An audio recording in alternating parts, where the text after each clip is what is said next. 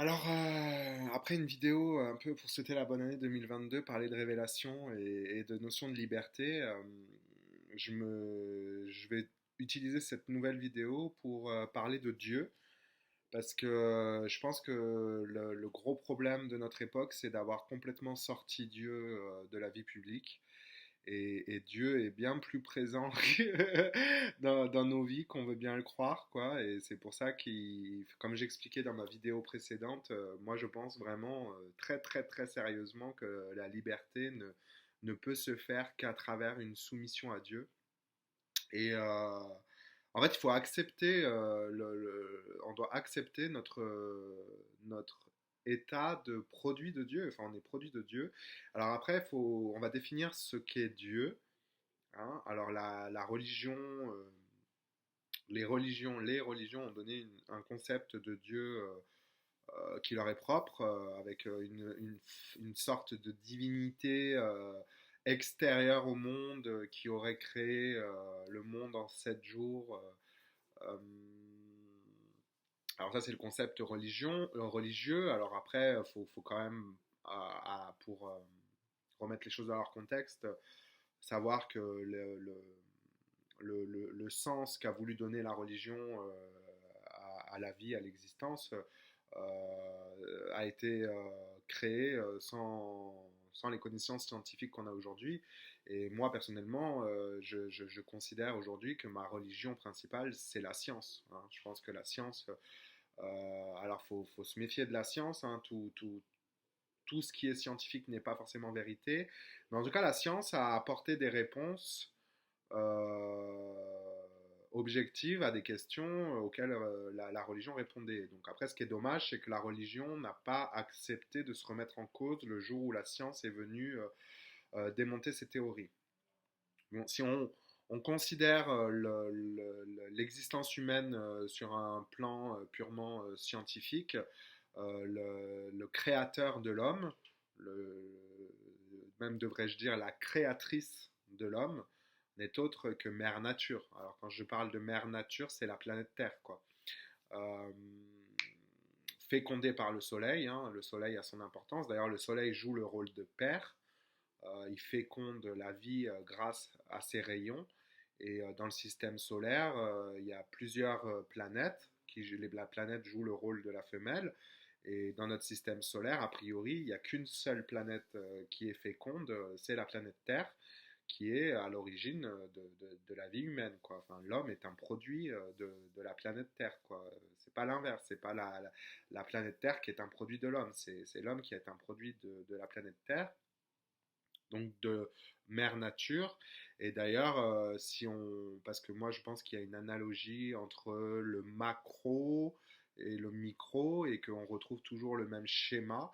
Et dans notre vie personnelle, on sort tous du ventre de la mère. Hein. C'est quand même la mère.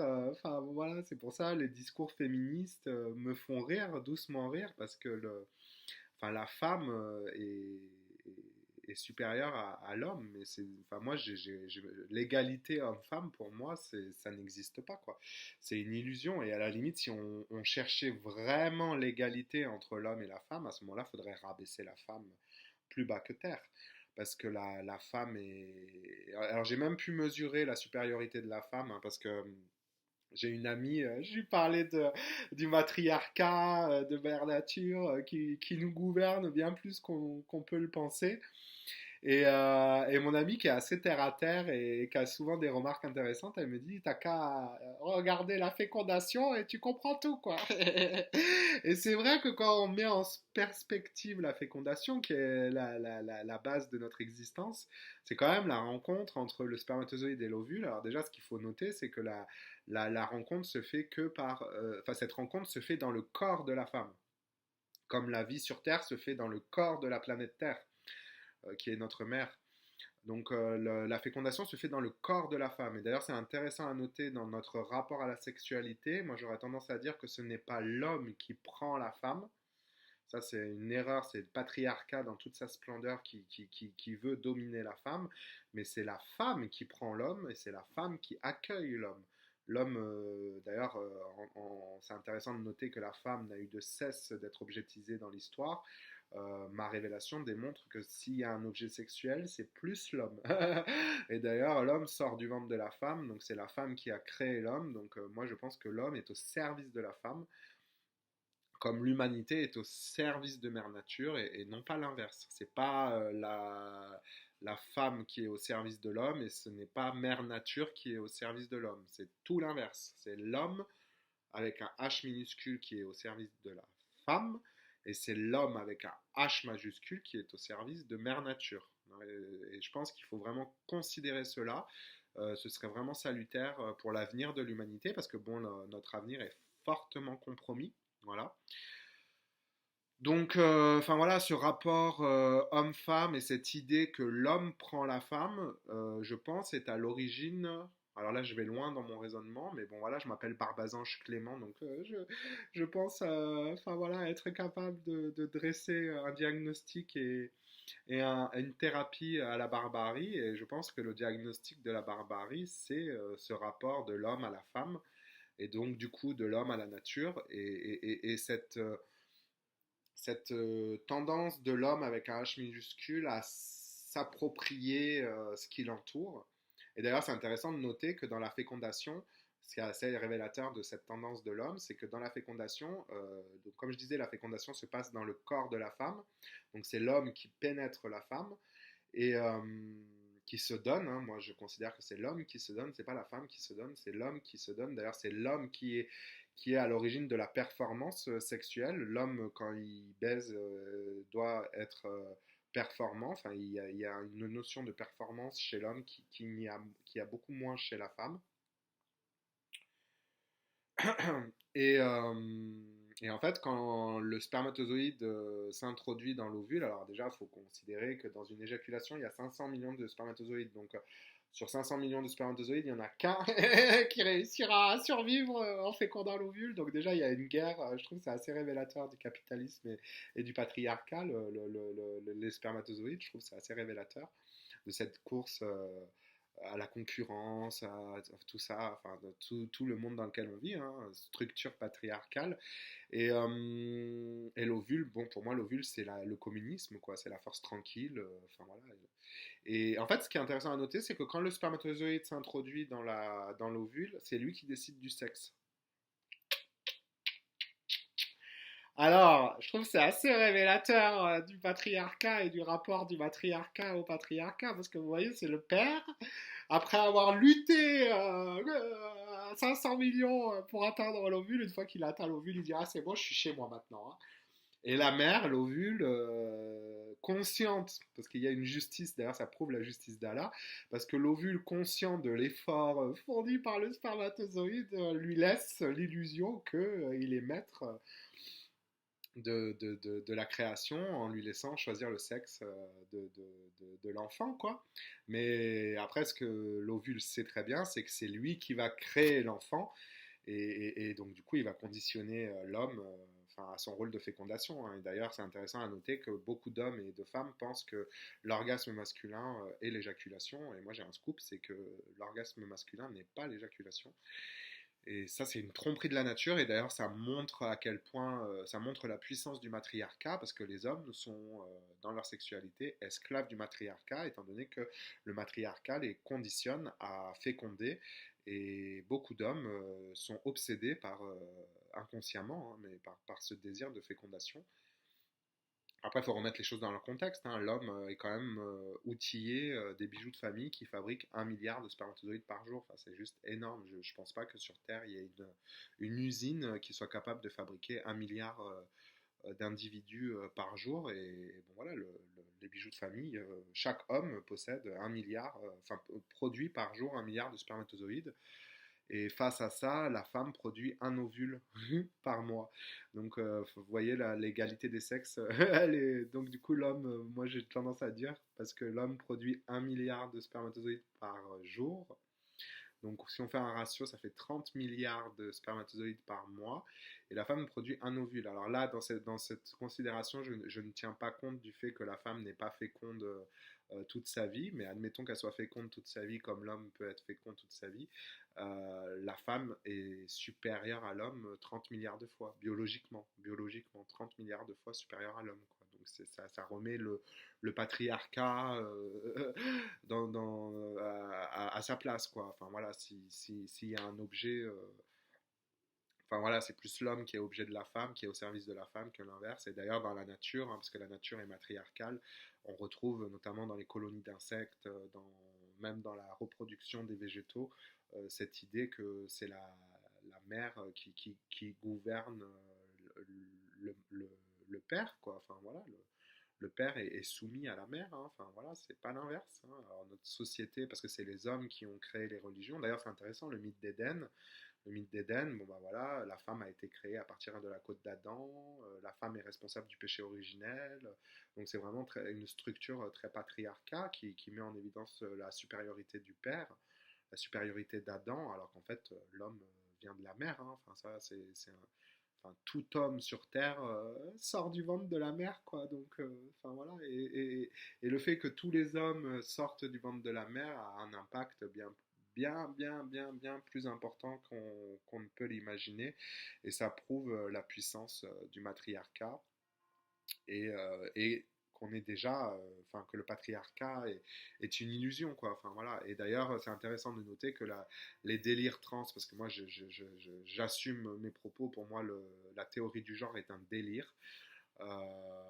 L'obscurantisme, comme dirait Poutine, un délire obscurantiste, euh, remet en cause le choix du père, parce que c'est le père qui décide du sexe de l'enfant. Donc là, c'est une remise en cause du patriarcat, quoi. C'est vraiment, enfin bon, voilà. Et d'ailleurs, je voulais aussi parler par rapport à ça de l'écriture inclusive. Je vais juste finir avec ça parce que je trouve que c'est assez révélateur.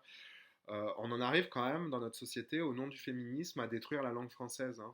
Enfin, pour moi, c'est vraiment l'écriture inclusive, c'est la destruction du langage, et le langage est quelque chose de sacré. Mais bon, aujourd'hui, on a perdu le sens du sacré au point qu'on en arrive à détruire notre langue.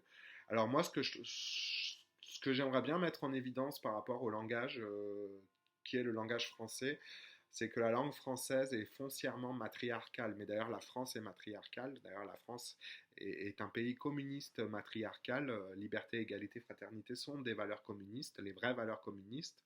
Et Marianne joue le rôle de la mère, donc le matriarcat. Donc la France l'ignore, elle s'ignore, mais la France incarne le communisme matriarcal que le Christ, qui revient, enfin, qui est là. Après, vous n'êtes pas obligé de le croire, mais je vous le dis, je suis le Christ et mon objectif, c'est d'utiliser cette République française qui n'est autre que le troisième temple d'Israël pour diffuser cette idéologie communiste matriarcale qui, je pense, est la solution à beaucoup de nos problèmes. Mais juste pour revenir à l'écriture inclusive, en fait, on considère, les féministes considèrent à tort que la langue française voile le féminin. C'est-à-dire, on a tendance à considérer que la langue française a la même attitude que l'islam, c'est-à-dire que la langue française voile la femme comme l'islam voile la femme. Mais en fait, c'est une erreur de voir les choses ainsi. Moi, je vais juste vous exprimer ma vision de ça. Et en fait, moi, je considère que la langue française met en évidence la rareté du féminin. Vous voyez la nuance? Elle voile pas le féminin, elle met juste en évidence la rareté du féminin.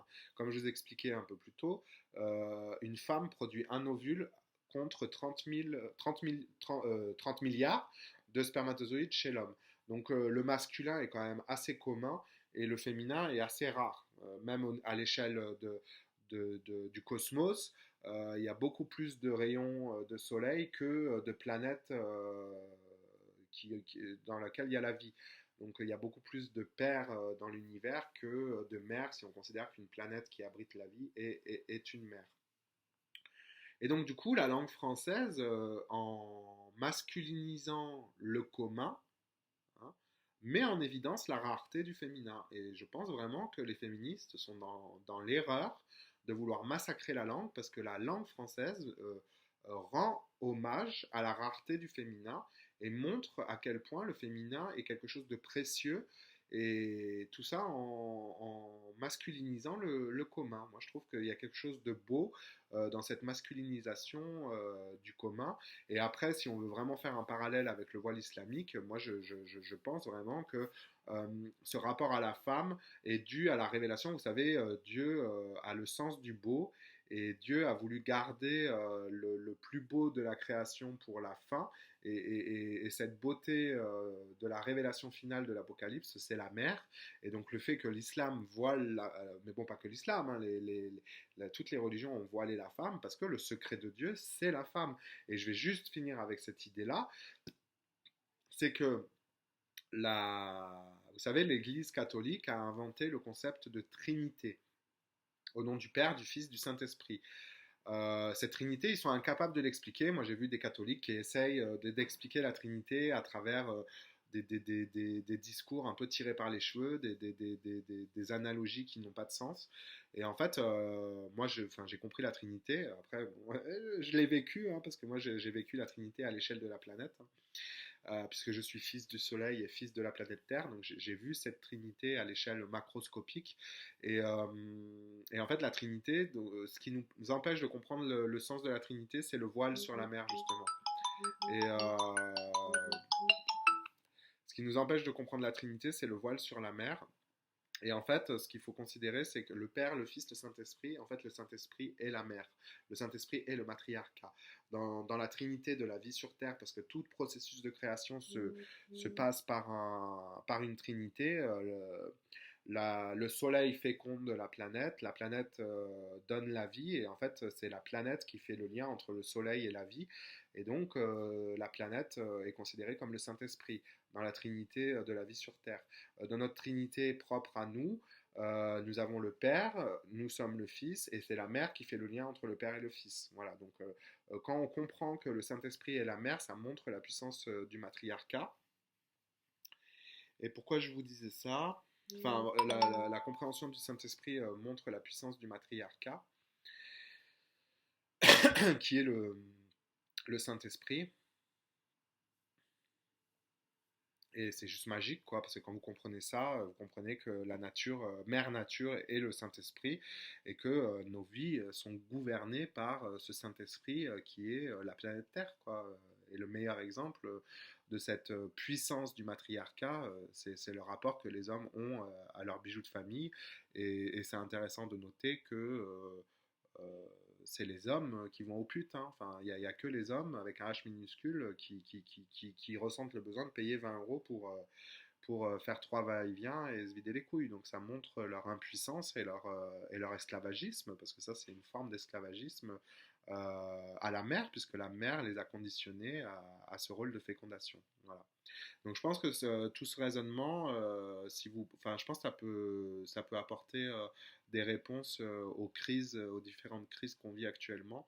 Et je pense vraiment que la mère qui incarne le Saint-Esprit est la clé de compréhension de notre monde et de la spiritualité. Et Dieu est en nous, enfin voilà, la mère est présente en chacun de nous à travers notre inconscient. D'ailleurs, le cordon ombilical fait le lien entre le fils et la mère. Et c'est intéressant, moi, pour moi, alors, ça fait plusieurs fois que je dis que je finis là-dessus, mais là, je vais vraiment finir là-dessus. Le nombril est la marque de Dieu, quoi. Il n'y a pas besoin de kippa, il n'y a pas besoin de voile, il n'y a pas besoin de croix. On porte tous la marque de Dieu sur nous, c'est le nombril. Et le nombril est la marque de la connexion au Saint-Esprit, de la connexion à la mère. Voilà. Donc vous êtes tous des créatures de Dieu, que vous acceptiez ou non la présence de Dieu, Dieu est en vous. Voilà. Et Dieu est amour, et moi je suis le représentant de cet amour, et sachez que je vous aime, mais d'un amour enfin, inné, quoi. Enfin, d'ailleurs, quand j'entends Macron qui dit qu'il a appris à aimer les Français. Alors moi j'aurais bien lui dire au petit Emmanuel que l'amour ça prend pas, c'est quelque chose d'inné, hein. Enfin moi l'amour que j'ai pour la France et pour le peuple de France est inné, et j'ai toujours aimé la France, et j'ai pas besoin d'apprendre à aimer la France parce que je l'aime déjà. Et je vais faire des miracles. 2022 sera le temps des miracles. Voilà, je vous embrasse tous. J'espère que cette vidéo sera partagée, et je vous remercie pour le partage et d'avoir regardé la vidéo jusqu'au bout.